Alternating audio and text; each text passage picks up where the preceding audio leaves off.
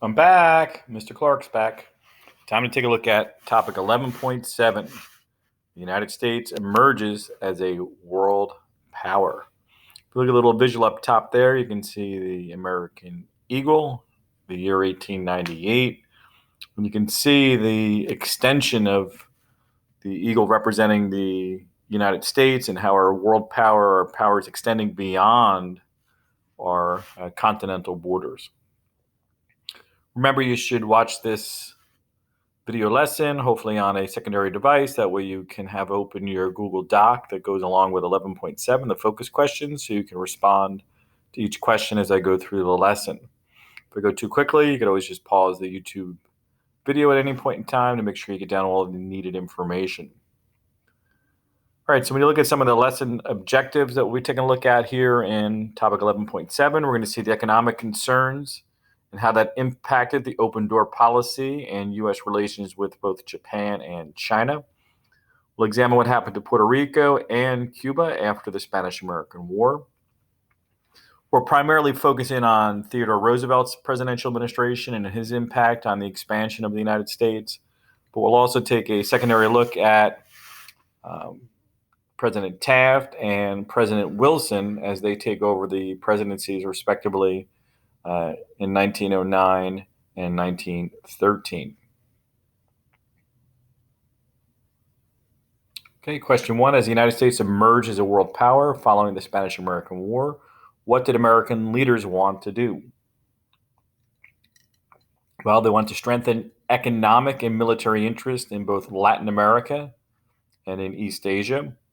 American leaders devised policies to open up trade with China and other Asian markets to U.S. producers, and they hope to do the same within Latin America.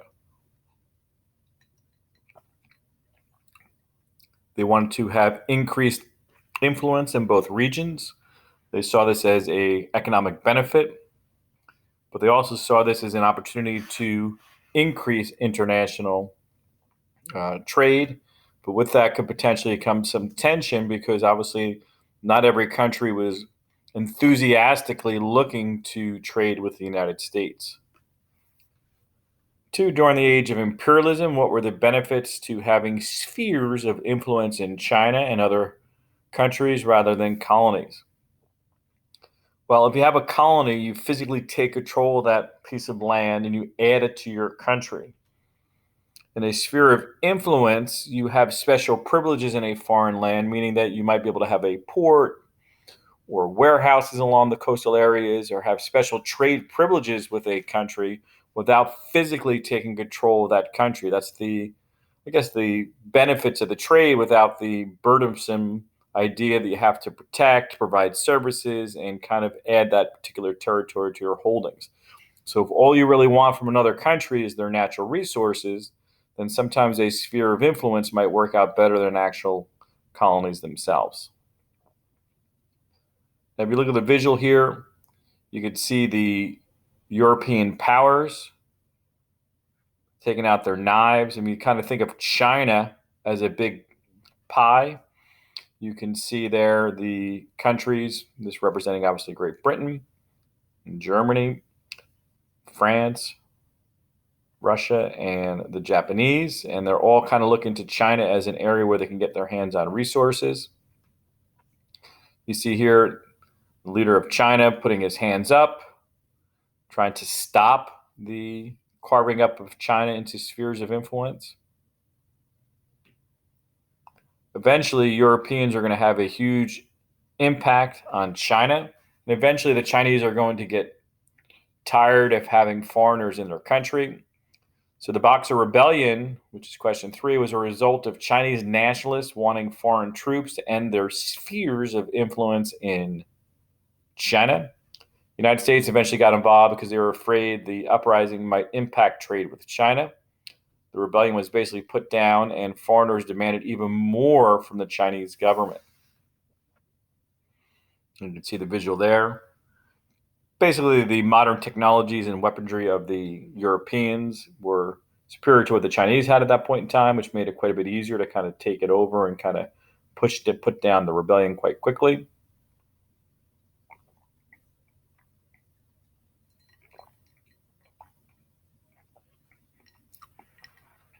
United States Secretary of State John Hay reasserted Americans' open door policy. Why was this impactful? Well, first of all, an open door policy means that a country has open trade with a foreign country. Hay argued for equal privileges among countries trading with China. Hay stated the United States wanted to preserve Chinese territorial and administrative entity, meaning their kind of independence. In other words, America did not want to colonize China, just to trade there.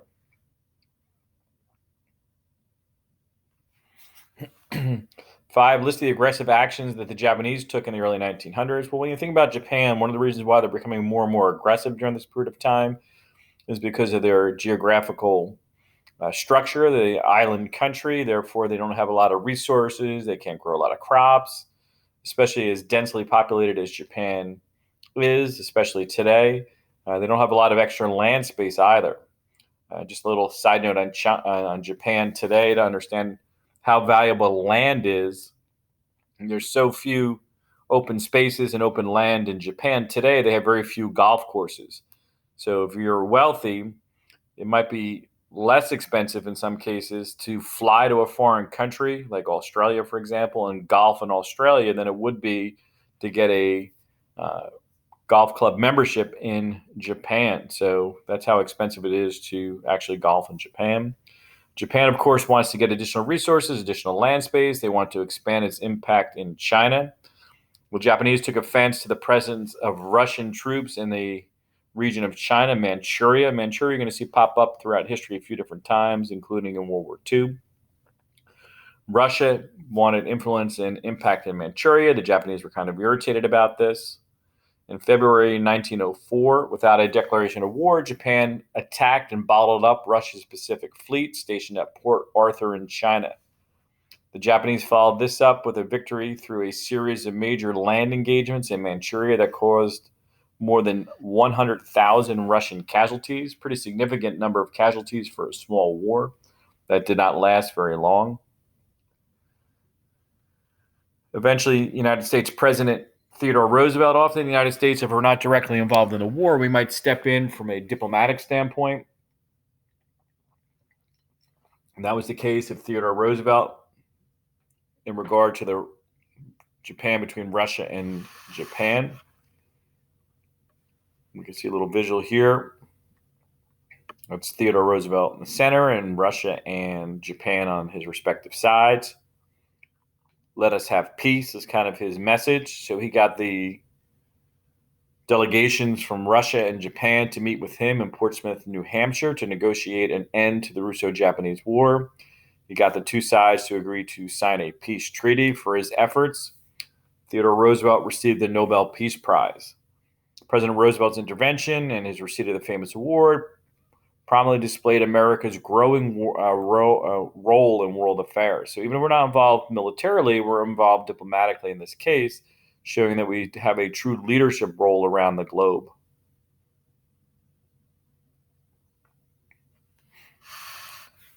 Seven, how did Asians face prejudice along the West Coast during the early 1900s? In the fall of 1906, the San Francisco School Board banned Japanese, Chinese, and Korean children from attending public schools with white children. So this was definitely a prejudice situation. Asians, unfortunately, along the West Coast would face a lot of prejudice right into the middle 1900s. 8, what underlying sentiments fuel the gentleman's agreement with Japan? The gentleman's agreements stated that the United States would end its segregation policy in the San Francisco public schools if Japan would limit the number of citizens they were sending to the United States. Although ending segregation was a positive step, limiting Japanese immigration showed that the Americans were still prejudiced against Japanese people and people of Asian descent in general. Number 9, why did President Roosevelt request appropriations, which is funding or money, for the Great White Fleet? What did he do with it and why? Well, Theodore Roosevelt was a big proponent of building up the military. Roosevelt believed that a strong Navy in particular, which he had learned from Alfred Mann, that was a key component, especially in the early 1900s, to global power. Even if it's not so much to conquer another country, it also is important to protect American commerce on the open seas. The president won congressional support for a new force of Navy ships known as the Great White Fleet. In 1907, Roosevelt sent this armada of 16 white battleships on a goodwill cruise around the world. The voyage of the Great White Fleet demonstrated America's increased military power to the world. You see a picture there, Teddy Roosevelt, the American flag, and the Great White Fleet in the background.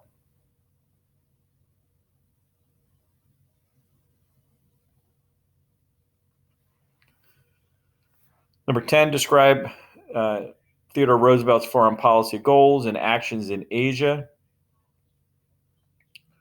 Roosevelt wanted to open up trade with Asia. To do this, he helped negotiate an end to the Russo-Japanese War, as we mentioned. He sent the Great White Fleet as a goodwill cruise, also to intimidate other countries by having the Great White Fleet stop in your particular port city. This could show how big and powerful the American Navy was becoming.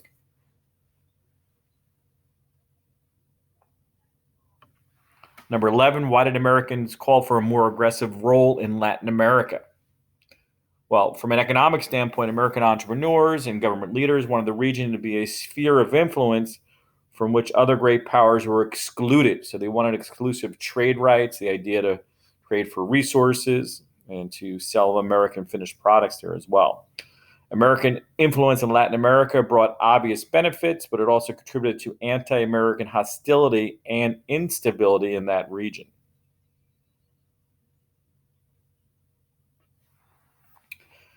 After America's victory over Spain in the Spanish-American War, this liberated the Puerto Ricans and Cuban people from Spanish rule. There were still many questions that were lingering, however. The victory left the fates of these islands unresolved. Would Puerto Rico and Cuba become independent countries eventually? Or would they become colonies of the United States? As questions lingered in the aftermath of the war, the United States assumed control in both Puerto Rico and Cuba. So hypothetically, another thing that's still under consideration for the Puerto Rican people is whether or not they want to be the 51st state. If they want to be state number 51, they would have to apply for statehood. They'd have to have a referendum and a vote in their country, and then determine whether or not they want to apply for statehood here in the United States.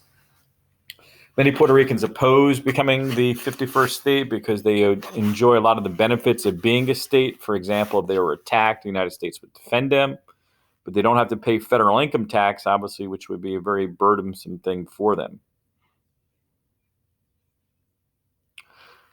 13, compare and contrast the Foraker Act for Puerto Rico and the Platt Amendment for Cuba. Foraker Act, U.S. government can tax Puerto Rican products. Puerto Ricans do not have full citizenship. Platt Amendment, Cuba cannot sign treaties with other nations without American approval. Cuba will let the United States intervene in their foreign affairs and lease naval stations, including the one at Gitmo or Guantanamo Bay. In both amendments, the United States wanted to retain influence but allow for some form of self-government in both Cuba and Puerto Rico.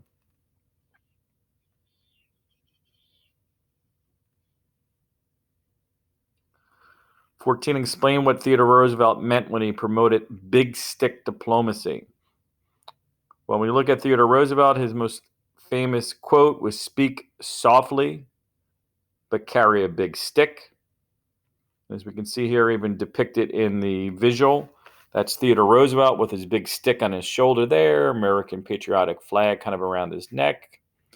You can see him kind of patrolling and kind of marching through the Caribbean Sea, kind of showing the influence the United States wanted. So in case of Roosevelt, I believe the United States should use diplomacy, which is speak softly and kind of negotiate first, but to achieve its foreign policy, back up that diplomacy with this big stick, which represents a strong American military.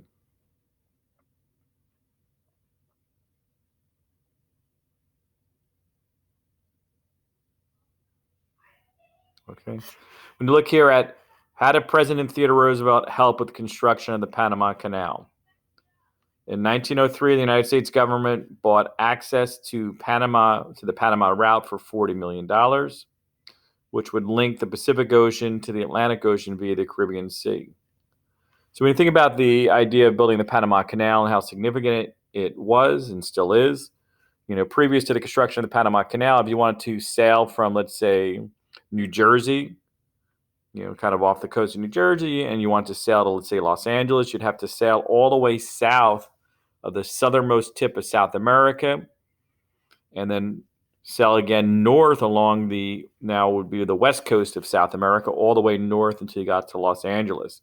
So we're talking about 7,000 to 10,000 extra miles of travel, depending upon where you're leaving from in the United States and where you're heading. From the East Coast to the West Coast. So now you can just go through the Caribbean and have a much more direct route. Before it could build a canal through Panama, however, the United States needed the consent of the Colombian government. At that time, Panama was part of Colombia. American efforts to negotiate a purchase of land across the isthmus stalled when Colombia demanded more than the United States was willing to provide. So Roosevelt stepped in. The president dispatched American warships to the waters off of Panama to support a Panamanian rebellion against Colombia. The appearance of the American Navy convinced the Colombians not to suppress the uprising. Panama soon declared independence from Colombia. The new nation immediately granted American control over the canal zone. To secure the land for this vital trade link, America agreed to pay Panama $10 million and an annual rent of $250,000. So you can see in the two visuals, Roosevelt's in both. You can see Teddy Roosevelt on the left side, physically digging out the Panama Canal. And once again, a canal is when you dig out land and you allow for the water to fill in to allow ships to pass by. On the right side there, you see Teddy Roosevelt on the ship, the Roosevelt Doctrine coming down onto Panama. You have the coup d'etat with the GOP, and you have the elephant there kind of leading the way on the ship there. The elephant, of course, represents the Republican Party or the GOP.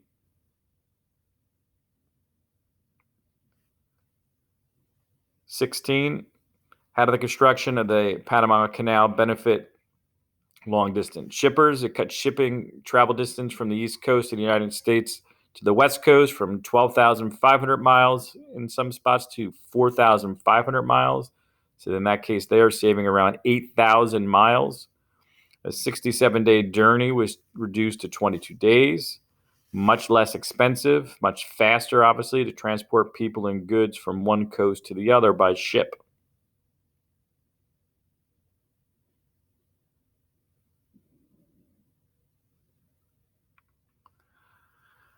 (17) What precedent did the Roosevelt Corollary set about U.S. international presence? Both the Monroe Doctrine and the Roosevelt Corollary discouraged European powers from having a major presence in either North or South America.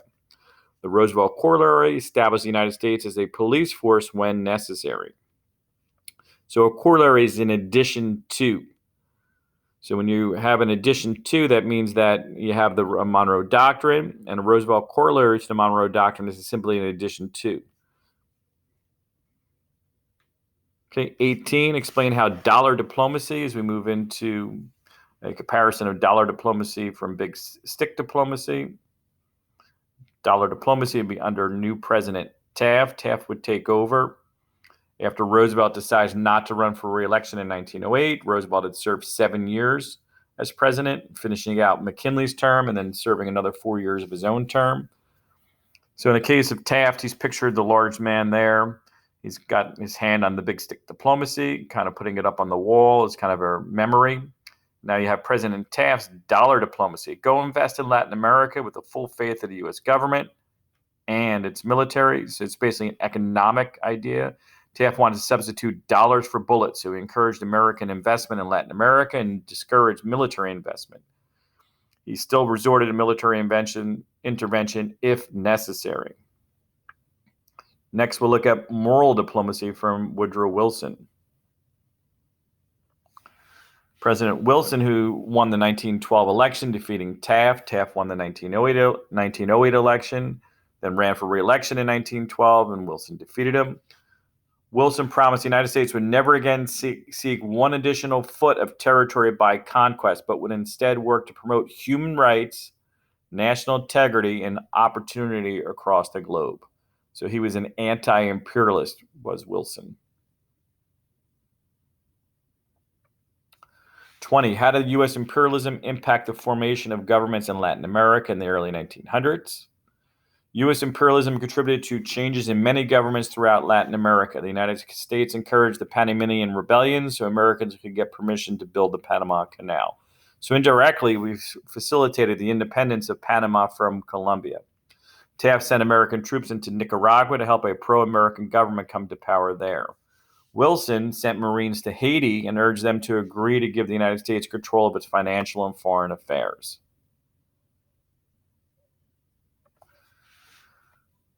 21. Why did Wilson consider the intervention in Mexico to be an example of moral diplomacy? Although Mexican leader Victoriano Huerta pledged to protect American financial interests, Wilson favored his opponent, Carranza. Wilson called Huerta and his followers a government of butchers, and he supported Carranza's government against a later rebellion led by Pancho Villa.